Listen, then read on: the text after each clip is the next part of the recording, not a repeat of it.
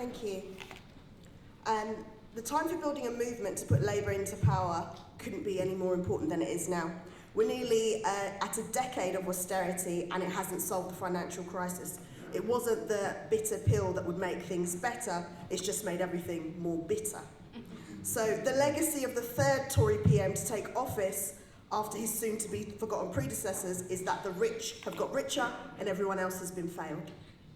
The rotten politics of this Tory government we've seen over the record rise of hate crimes. It's clear that politicians are playing divide and rule in the midst of an economic crisis, with horrific consequences such as hate crimes against Black, Jewish, LGBT+ and disabled communities on the rise.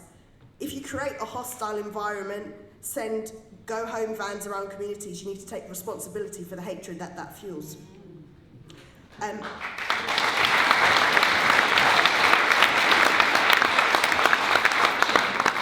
Now, in my day job, I work for Diane Abbott, our fantastic Shadow Home Secretary.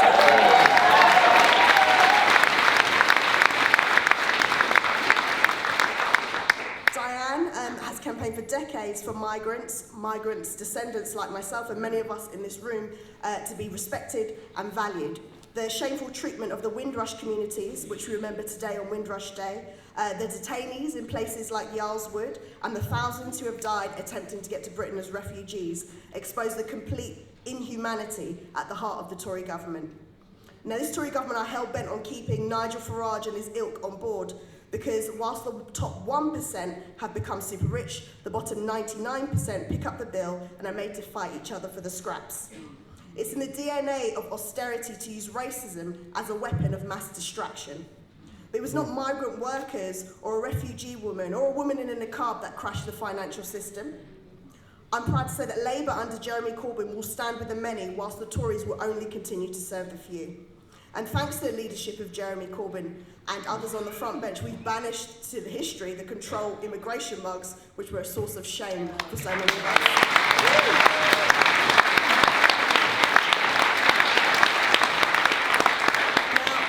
Firstly, what was actually going to go into those mugs? At a session I was in earlier, someone said it would be tea or coffee. Strangely, both of those are imported from abroad. Well, we need to make this clear that without migrant workers, so much of what we consider quintessentially British, from our national drink to our national health service, would fall apart. And thanks.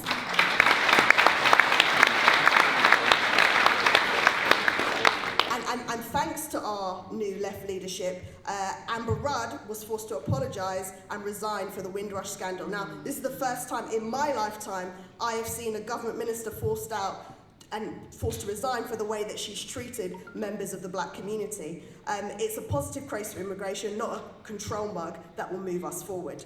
Now, the intersection between austerity and racism is causing catastrophe for those who are on the receiving end. Black people suffer as workers and in the end users when public services are cut. Now, Black communities suffer in a way that is completely unfair in this country, and it's not said enough about other sections of the community, and it's not said enough about gang culture and knife crime and how they increase when we cut away social safety net from our communities. And it's the Grenfell Tower catastrophe where injustice and inaction still damage the local community, where we see the Tories' failure on fire safety, housing, and justice after the fire the most vividly. Sadly, these things are about to get much worse if we have Jeremy Hunt or Boris Johnson win the Tory leadership campaign. Actually, probably Michael Gove as well, but apparently he's not going to do very well. But Jeremy Hunt is hated by doctors and nurses from his time as the Health Secretary, and it really shocks me how somebody who has presided over the death of so many people can, smile the way that he does and put himself forward to be the Prime Minister of this country.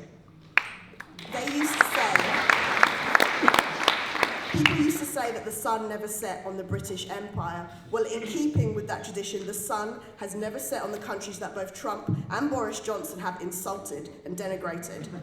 And we need to step up to the plate and make a difference, all of us. With the economic, ecological crisis and rising fascism, the importance of winning a socialist Labour government couldn't be more important, and we can all do our bit.